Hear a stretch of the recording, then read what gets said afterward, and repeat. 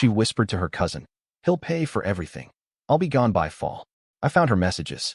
Said nothing. On the wedding day, I read them aloud. The venue was in her name. The debt, too. I walked. She's now being sued by 5 vendors. It began the way all illusions do, quietly, and with just enough charm to keep me from seeing the edges fray. I met Claire at a gala held in a ballroom that smelled of aged wine and old money. She was in a midnight blue dress with sleeves that shimmered like frost. I remember that more than her face. She had that practiced elegance, every movement deliberate, every glance placed like a chess piece.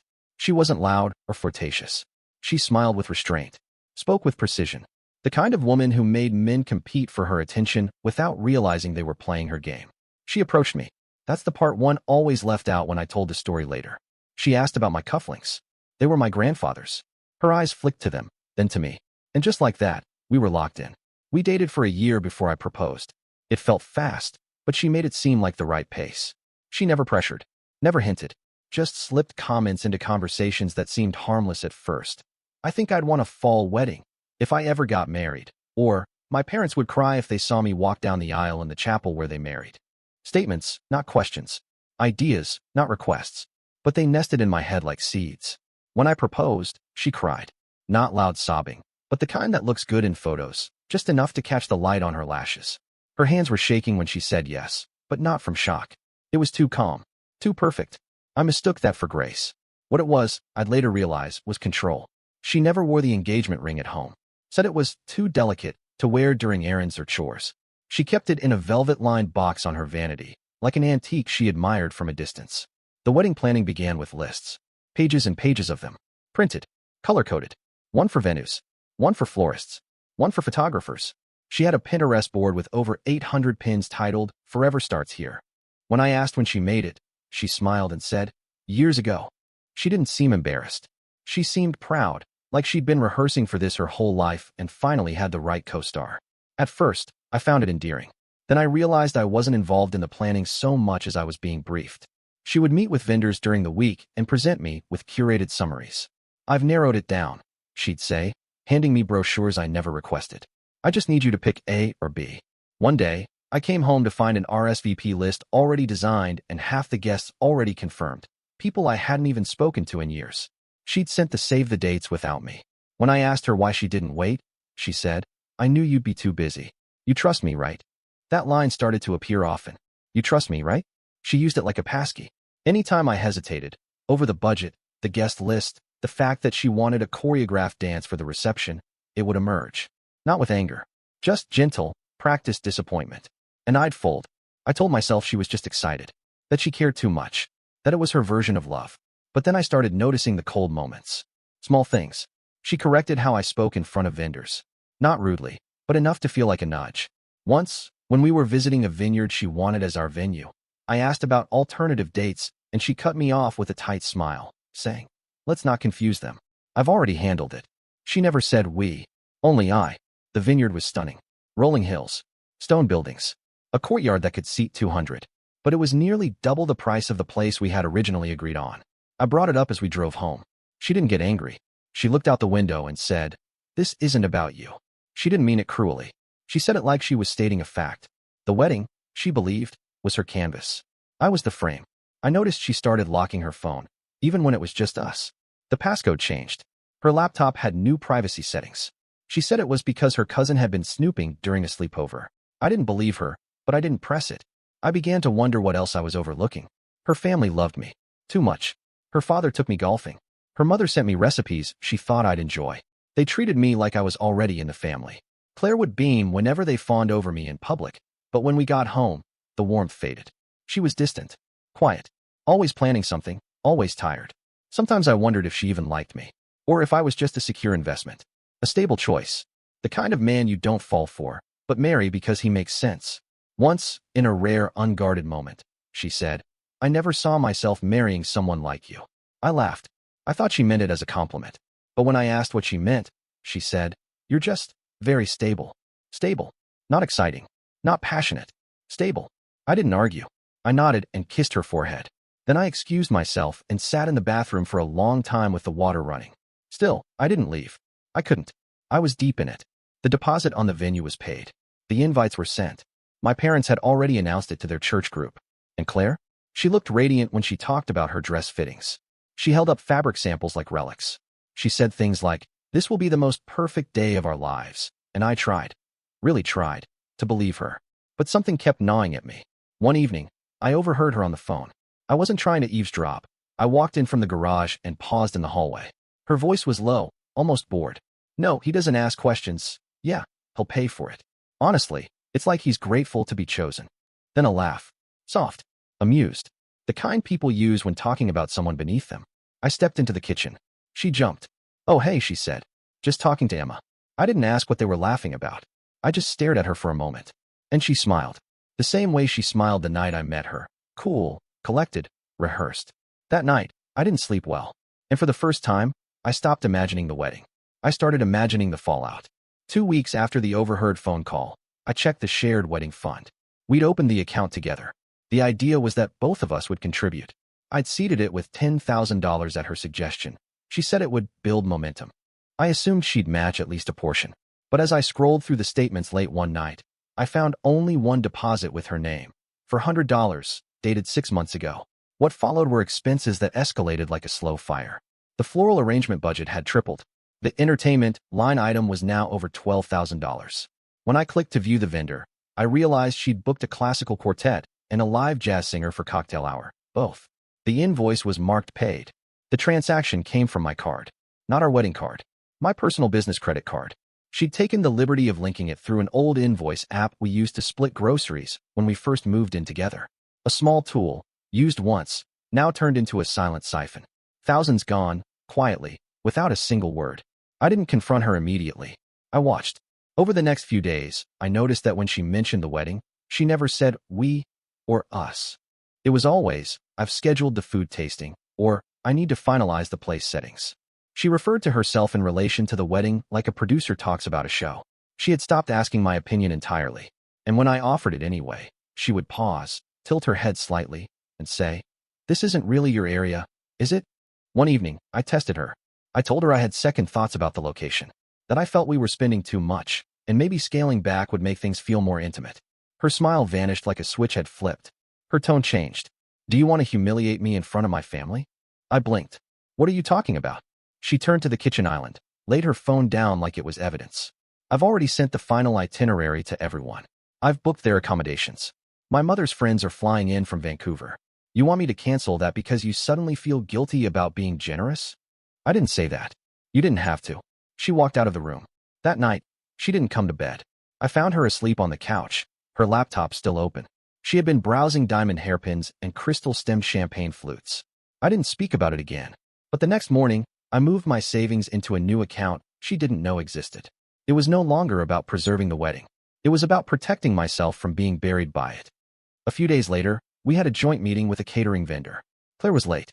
I arrived first and sat across from a woman named Lydia, who worked with high-end wedding parties. She was pleasant, professional, and polite.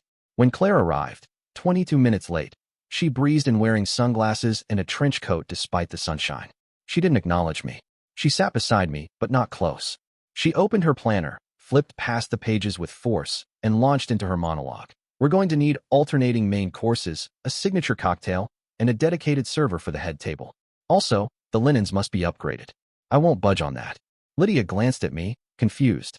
"Is that something you two have already agreed on?" Claire gave a tight smile. "He trusts my taste." I smiled too, but said nothing. I just watched the cracks widen. The meeting ended with Claire requesting a tasting menu for 12. Not the two of us. 12. Outside, I asked, "Who else is coming to the tasting?" "My parents. My cousins. A few of my mom's friends. It's a courtesy." "You booked a 12-person gourmet sampling as a courtesy." She rolled her eyes. "You can afford it." That sentence stuck in my head like a splinter. You can afford it. That's all I was now. A line of credit with a tuxedo. The next day, while checking my work email, I saw a strange notification, a payment reminder from a venue we hadn't chosen. I opened the document. It was an invoice, addressed to Claire, with my name in the billing contact field. Attached to it was a note. "Thank you for paying the holding fee. We've scheduled the engagement party for September 17th, remaining balance due by August 10th. There was just one problem. We weren't having an engagement party, at least not one I was invited to. I drove home early. I walked in and found her on the phone again, barefoot in leggings, sipping from a wine glass in the middle of the afternoon. When she saw me, she waved a finger to say, "1 minute," and continued her conversation. I stood there, silent, waiting. I could only hear bits of it. "He won't check." "No, he's working all the time. He trusts me." When she hung up, she gave me a strained smile. "Everything okay?" she asked. I didn't reply. I handed her the invoice printout. Her smile faded. She looked at it, then at me. "Oh, that was a surprise I was planning." "For who?" "For us. You booked an event, paid a deposit with my card, and invited guests without telling me. That's not a surprise. That's embezzlement." She scoffed. "Don't be dramatic." I said nothing. I walked past her, straight to our shared bedroom. She followed me down the hall, raising her voice. "I've been doing everything for this wedding. You don't appreciate anything. Do you think these things plan themselves?" "I think I'm paying for all of them without knowing," I said quietly. She stood in the doorway, arms folded. "You're supposed to provide. That's what men do. My father did it for my mother. I didn't think you'd make it a problem." That was the moment it clicked. This wasn't miscommunication. This wasn't stress. This was design. Claire had built the wedding not as a celebration, but as a transaction. A launchpad. A fully funded stage where she could perform perfection at my expense, and then move on to whatever came next. I stared at her, and for the first time, I saw something underneath all the practiced elegance. Contempt. She didn't love me. She respected the utility of me. And suddenly, I knew. This wasn't going to end in vows. It was going to end in fire. A week after the confrontation about the engagement party, Claire shifted tactics. The next morning, she woke early, made coffee, and left a note on the counter that read, "Went to yoga. Let's have dinner tonight. Just us." The handwriting was softer than usual, and I almost wanted to believe it was sincere. Almost. She came home that evening dressed down, hair loose, makeup minimal. She kissed my cheek like she used to. We ate in silence for a while. Then she started talking about how weddings make people lose themselves, how pressure twists good intentions, and how she'd lost sight of what mattered. She said she wanted to scale things back, that she didn't need the extravagant ceremony anymore, that she only wanted to marry me. She said all of this while wearing a pair of earrings I had never seen before. Elegant, expensive, clearly not from her usual rotation. And she said it without once mentioning a single vendor she planned to cancel or a single check she planned to void. That night, while she was in the shower, I found the earrings box in the trash. A tiny gold tag still attached inside the lid. MH Jewelers, Las Vegas. We didn't live in Las Vegas. She hadn't been to Las Vegas. At least, not that I knew of. I sat there for 20 minutes, just staring at the tag. It was like a switch flipped. I stopped hoping for the version of Claire I thought I'd proposed to. I stopped giving her the benefit of the doubt. I stopped rationalizing behavior that, at its core, was cold, calculating, and strategic. I started watching her. Over the next several days, I observed everything. Her movements, her patterns, her tone with me, her expressions when she thought no one was watching. I began tracking card transactions and matching them against her schedule. There were inconsistencies, charges from places she never mentioned, orders for boutique items that never appeared at our doorstep, late-night ride shares logged under her name, while she told me she'd been working on centerpieces at her cousin's house. On a hunch, I went to her old iPad, the one she used to use before switching to her new phone. She hadn't turned it on in months. It took a while to charge, and when it finally did, her old iMessages loaded in like a slow flood of evidence. That's when I found him. A contact saved as L, no full name. Their conversations stretched back months. Flirty at first, then familiar, then sinister. She spoke of me like I was a placeholder. "He's reliable. He'll cover everything. He thinks this wedding is about us. I need to get through it. After that, I'll be free. You know I could never actually love him, but I'll be set up. We both will." In one message, she sent a screenshot of a bank transfer, the wedding fund. My name at the top. Her gloating in the caption, "Told you he'd never notice." I sat with the iPad in my lap, staring at the screen as if it belonged to someone else's life. It didn't feel like betrayal. It felt like a theft of time, of trust, of identity. Claire hadn't just used me. She had orchestrated something with clinical efficiency, a scheme in lace and smiles, sanctioned by parents who thought I was lucky to be chosen. But here's the thing. I didn't feel rage. I felt cold, detached, like something inside me had gone still. I didn't confront her. Instead, I made copies of every message, every screenshot, every invoice with her signature and my billing info. I contacted the vendors privately and instructed them that no refunds were to be issued without written confirmation from both parties.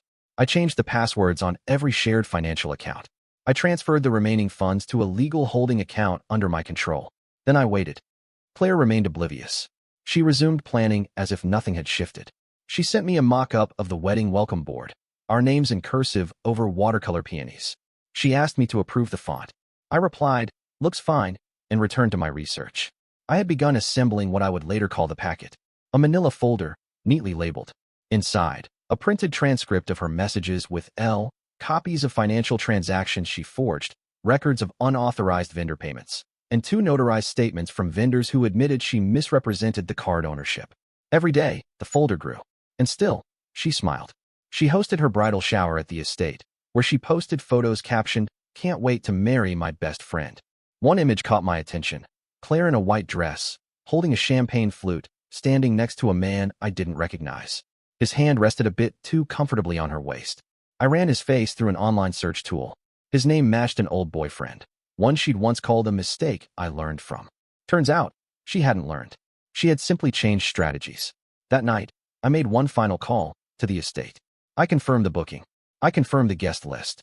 I asked them one specific question. If the groom decides not to go through with it, who pays the cancellation fees? The woman paused. "Whoever's name is on the primary contract," she said. I checked the copy Claire had sent me months ago. She'd insisted on handling it herself. I was listed as secondary. Claire was primary. The deposits, though made from my account, had been tied to her name. It was perfect. The night before the wedding, I slept soundly. Claire stayed in a hotel with her bridesmaids, posting cryptic messages on social media about new beginnings and a perfect future. I packed a small bag. I printed one final letter and placed it inside the folder. The next morning, I dressed as instructed, charcoal suit, black tie. I arrived at the estate with time to spare. I shook hands. I smiled for photos. I sat beside her father during the opening toast. Claire walked down the aisle, radiant and gleaming. She looked at me like I was the last piece of her design falling into place. She didn't know I had come to end the show. The courtyard was strung with glass lanterns and linen drapes. Guests buzzed softly, dressed in tailored suits and polished shoes, their hands curled around flutes of rose as string music floated through the warm morning air. Claire had outdone herself. The vineyard estate had been transformed into something out of a lifestyle magazine. Every flower was in place, every table arrangement precise. The entire scene had been engineered for perfection, but the rot ran just beneath it. I sat in the front row, hands folded. My best man stood beside me with a quiet expression. He knew something was coming. Not the full story, but enough. He'd watched me gather the pieces over the past 2 weeks and never once asked me to stop. He only said, "Do what you need to do. Just do it clean. Clean." That was the goal. When the music changed, the crowd stood. Claire appeared at the far end of the aisle, draped in silk and ivory, her veil caught in a soft breeze. She smiled as she walked, not with joy, but with satisfaction. She believed she had won, that her production had reached its climax, that she had successfully choreographed every glance, every whisper, every line of her grand finale. Her father beamed as he escorted her down the aisle. Her mother dabbed tears from the corners of her eyes. Phones lifted. Cameras clicked. I didn't move. When she reached the altar, she turned to face me, lips trembling with rehearsed emotion. She looked radiant. She looked proud. She looked untouchable. I opened the folder. She blinked. The priest began, "Dearly beloved." I raised my hand to pause him. He fell silent. Claire tilted her head slightly, confused. Her smile thinned, just a fraction. "What's going on?" she whispered. I turned to the guests. I didn't raise my voice. I didn't pace or monologue. I simply began reading. "You know I could never actually love him, but I'll be set up. We both will." Claire's face went white. A hush spread across the courtyard like a wave. One of the bridesmaids gasped. Another clutched her pearls reflexively, the way people do when they know something is unraveling and they don't know whether to stop it or let it fall. I read another. "He's reliable. He'll cover everything. He thinks this wedding is about us." Then another. "After the honeymoon, I'll move my stuff out slowly. Once my name is on the house, it's done." The last one I read was short. "Tell me again what I'll look like in white." I held up the printout. Her father reached for it. He scanned the page. His eyes moved line by line. Then he looked at her. Something broke in his face. It wasn't anger. It was disappointment. The kind that lingers. Claire was frozen. She stared at me with her mouth slightly open, but no words came. I stepped aside and handed the folder to the priest. Then to her parents. Then to my best man. I didn't need to explain. Everything was documented. The fake invoices. The duplicated charges. The shared hotel stays. The Las Vegas receipt. And finally, the contract. The estate staff stood at a distance, watching. They knew what was happening. I'd spoken with the coordinator the night before, told her to expect a scene. told her not to interfere. Claire turned to me. This is humiliating, she said. Her voice cracked for the first time. No, I replied. This is truth. I looked at her bridesmaids. Some were already pulling her aside, trying to shield her. One was crying. One had her phone out, reading something. The ripple had begun. I turned to her father. Your name is on the primary contract, I said calmly. Claire requested that. She insisted she handle it all. She also changed the payment authorization to a private card, mine, which was revoked last night. I paused. The venue fees, the floral arrangements, the catering, all outstanding. He looked like he was trying to speak, but no words came. The estate was instructed this morning to refuse any attempt to charge my account further. All future payments revert to the party listed as responsible. I simply nodded to the crowd. Then I walked. I passed the rows of stunned guests. I passed the altar. I passed Claire, who now stood alone, her arms trembling at her sides, dress swaying gently in the breeze. She didn't follow me. She didn't beg. She just stood there, watching the wedding collapse around her like a stage set struck too early. I reached the gate, where a car waited. In the days that followed, I heard through mutual friends that Claire tried to salvage the story. She claimed I had misunderstood everything, that I had hacked her account, that I had manipulated her private conversations. But the receipts were public now. The screenshots had circulated. And when her ex-boyfriend denied involvement, a second thread of text surfaced, traced to her other device. The one she kept at her cousin's house. Vendors began calling. Some asked for her address. Others threatened to file claims. Her father, furious and embarrassed, cut off her access to family support. The house she'd planned to move into, mine, was no longer hers to dream about. Her name was never added to the deed. That paperwork had sat and signed in my drawer the whole time. She'd spent almost $40,000 of my money. She never got the wedding. She never got the honeymoon. She didn't even get to make a scene on camera. She was left with bills in her name, photos of a ruined ceremony, and a crowd full of people who would never unhear what I read that day. And I walked away. Just one quiet, measured exit. And the sound of glass heels breaking behind me. And that's the story. If you're still here, that means you're one of us. So go ahead, hit that subscribe button. I drop new chaos every single day, and trust me, tomorrow's story, it's even worse than this one.